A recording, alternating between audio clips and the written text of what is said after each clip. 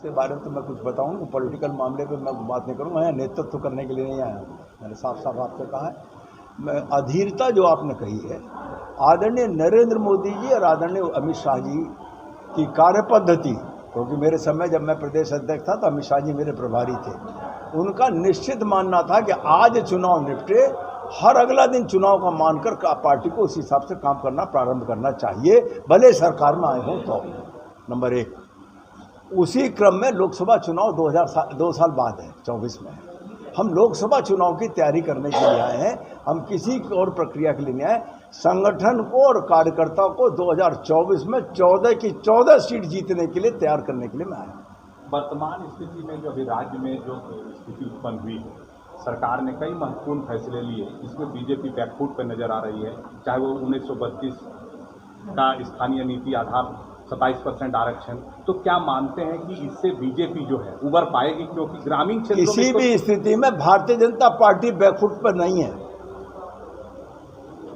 इस संबंध में मेरा प्रदेश अध्यक्ष के द्वारा सारा विशेष आप लोगों के सामने और आप लोगों के माध्यम से जनता के सामने रखा जा चुका है। तो 32 के बारे में क्या स्टैंड है? मैं तो बता दिया ना कि राष्ट्रीय, आप प्रदेश प्रभारी हैं, आप आए हैं। प्रदेश प्रभारी तो अभी कार्यकर्ताओं से मिलते हुए आज रात रांची पहुंचेगा।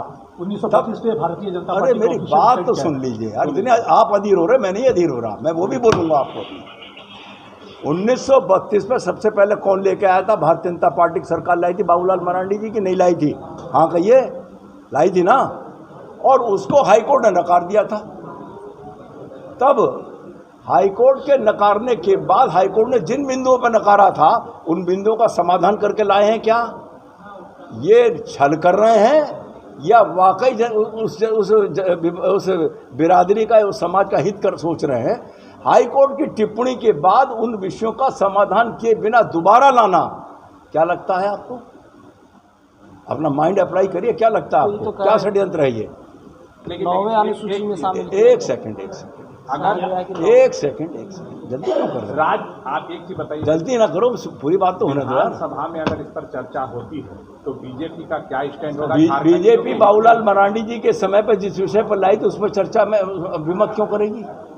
और प्रदेश अध्यक्ष के द्वारा इस पर बयान आ चुका है। और इसके अलावा जितने प्रश्न आपके हैं वो सब हाइपोथेटिकल हैं, उन पर उत्तर देना कोई जरूरी नहीं। मुख्यमंत्री ने कहा है कि जो भाजपा है वो बेकार हो गई।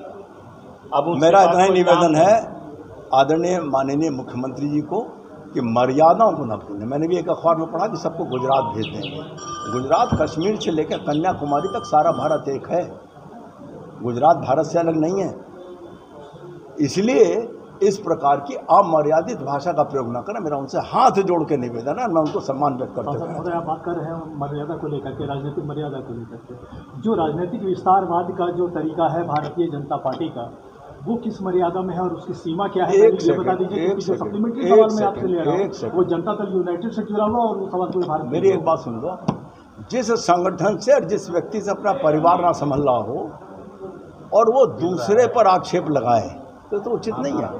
मेरे परिवार का बच्चा अगर घर से भाग जाए तो दोष किसका? मेरा नियंत्रण नहीं। मैंने उसकी बात को नहीं सुना, उसको नहीं समझा, उसकी भावनाओं के अनुकूल नहीं किया मैंने आचरण अपना, इसलिए भागाना छोड़ गए। लेकिन अगर किसी रिश्तेदार के घर पहुंच जाए तो बेहतर ये है कि उस बच्चे को अपने घर बैठा ले और सूचना दे दे कि तुम्हारा बच्चा मेरे पास से ले जाओ। चलिए आने वाला समय में जो राहुल गांधी जो भारत जोड़ो अभियान चला रहे हैं उसको लेकर भारत जोड़ो की बात कर रहे हैं, पार्टी जोड़ नहीं पा रहे हैं। 8 लोग गोवा में क्या हुआ ये आपके सामने। एक संगठन से लेकर सवाल है सर, कल आप देवघर में थे, सरयू राय भी देवघर में थे और सरयू राय के साथ निशिकांत दुबे और पार्टी के और भी वरीय नेता थे, क्या सरयू राय वापस आ सकते? एक सेकंड, सरयू राय जी वहाँ पर विधानसभा की कोई कमेटी आई है, उसमें थे। निशिकांत दुबे भी उसी परिप्रेक्ष्य में थे कमेटी की। सरयू राय वापस नहीं आते? नहीं, कोई विषय नहीं ना, ये मेरा विषय है। मेरा विषय शुद्ध संगठन के लिए है। पॉलिटिकल विषयों पर मेरा कोई लेना देना नहीं। मैं नेतृत्व तो करने नहीं आया, राजनीति मुझे करनी। उत्तर प्रदेश बहुत बड़ा पड़ा है, अभी 4 दिन को उत्तर प्रदेश जाऊंगा, उतने में राजनीति का पेट भर आऊंगा। यहाँ पर मैं काम करूंगा। आप पहले प्रदेश प्रभारी हैं, जो आप आए, यात्रा आपने संथाल से शुरू की, क्योंकि लोग आते हैं पहले रांची उतरते हैं, पहले दरबारी होती है, तब आकर पॉलिटिकल स्टार्ट होता है। लेकिन आपने संथाल को चुना आखिर संथाल में मोदी जी का भी फोकस था, क्योंकि संथाल में कामयाब आप लोग विधानसभा में नहीं हुए, क्या टारगेट लेके चल रहे हैं? मेरा ये कहना है फिलहाल हम लोकसभा का टारगेट लेकर चलना है, 14 की 14 लोकसभा जीतने के संकल्प के साथ चलना है। मैं उत्तर प्रदेश का कार्य करता हूँ, जहाँ हम 80 लोकसभा सीट इस बार जीतने जा रहे हैं, एक सीट भी विपक्ष के हाथ खाते में नहीं आने देंगे। और झारखंड में अब मैंने कहा 14 की 14 है। सांसद मोदी एक सवाल है, तो ये सरकार जो बेचैन है, इस पर क्या आपको क्या लगता है? वो जिसकी बेचैनी, उसका बेचैनी कारण उसे पता होगा, वो बताएगी, मैं क्यों बताऊँ उसमें भाई। बीजेपी पे आरोप लगता है कि वो एजेंसी को दुरुपयोग करके मेरा ये कहना है जो लोग हमाम में नंगे हैं तो वो तो किसी न किसी पर आरोप लगाएंगे ही। सांसद मोदी एक सवाल और भी है कि नीतीश कुमार और जनता दल यूनाइटेड को लेकर के कि जिस तेजस्वी यादव और जिस आरजेडी को छोड़ करके वो आपके पास आए थे, दोबारा उनको वहाँ वापस जाना पड़ा है। उनको भ्रष्टाचार मौजूद है, मतलब मंजूर है, मगर आपका राष्ट्रवाद मौजूद मेरा कहना है, मंजूर नहीं। सवाल सुन लीजिए पहले, आप लोग अपने सहयोगी के साथ क्या करते हैं कि लोग एक एक करके छोड़ के चले गए?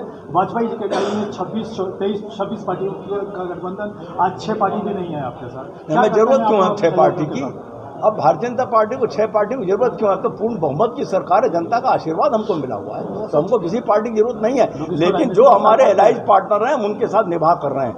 लेकिन अगर किसी की महत्वाकांक्षा हो और महत्वाकांक्षा का अवसर समीप आता हुआ हो तो वो किससे समझौता कर रहा है, ये तो आप उनसे पूछो, मुझसे क्यों पूछ रहे हो?